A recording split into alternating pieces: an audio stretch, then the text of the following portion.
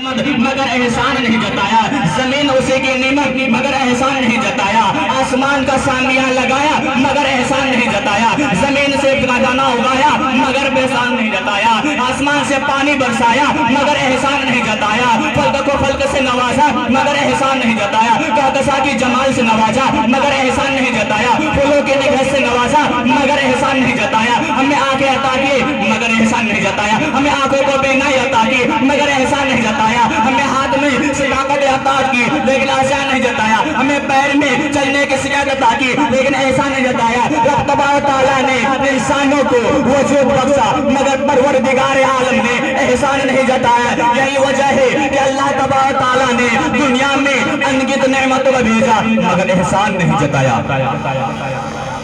انگنت نعمتوں کو بھیجا لیکن رب تبارک تعالیٰ نے احسان نہیں جتایا۔ آپ ذرا اندازہ لگا سکتے ہیں کہ جب اللہ تبارک تعالیٰ نے لوگوں کی ہدایت و رہنما کے لیے کم و بیش 1,24,000 انبیاء کرام کو بھیجا، کہیں یہ نہیں فرمایا کہ اے لوگوں میں نے آدم کو شفیع اللہ بنا کر بھیجا اس لیے تمہارے اوپر احسان کیا، نوح کو نجیب اللہ بنا کر بھیجا اس لیے تمہارے اوپر احسان کیا، ابراہیم کو خلیل اللہ بنا کر بھیجا اس لیے تمہارے اوپر احسان کیا، نوح کو نجیب اللہ بنا کر بھیجا اس لیے تمہارے اوپر احسان کیا، ابراہیم کو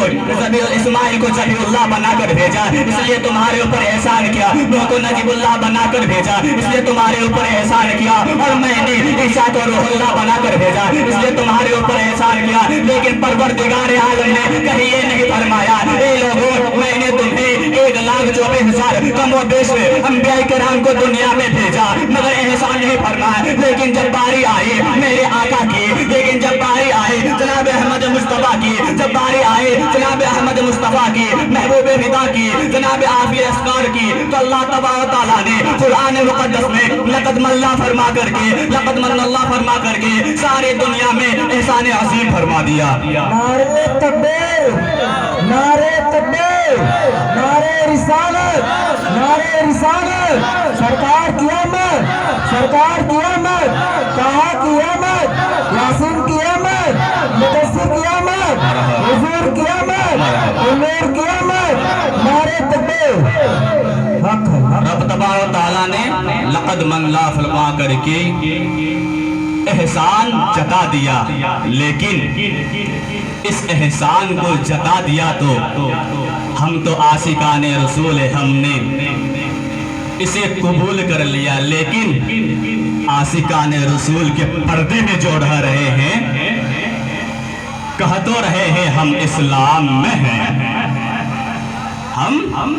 اسلام میں ہیں، دراصل وہ اسلام میں ہے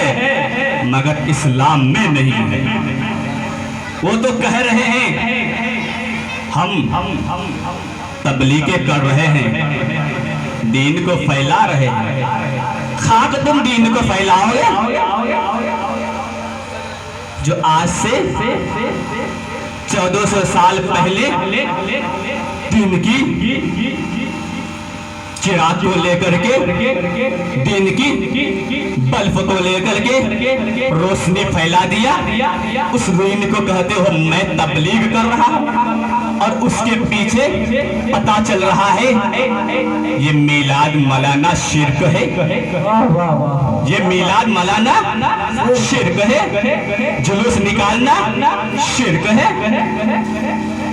یہ انہیں شرک نظر آ گیا۔ ربیع الاول کا مہینہ آیا تو ان کے دماغوں میں شرک اور بدعت کا فتویٰ تیار ہو گیا، لیکن جب ربیع الاول مہینہ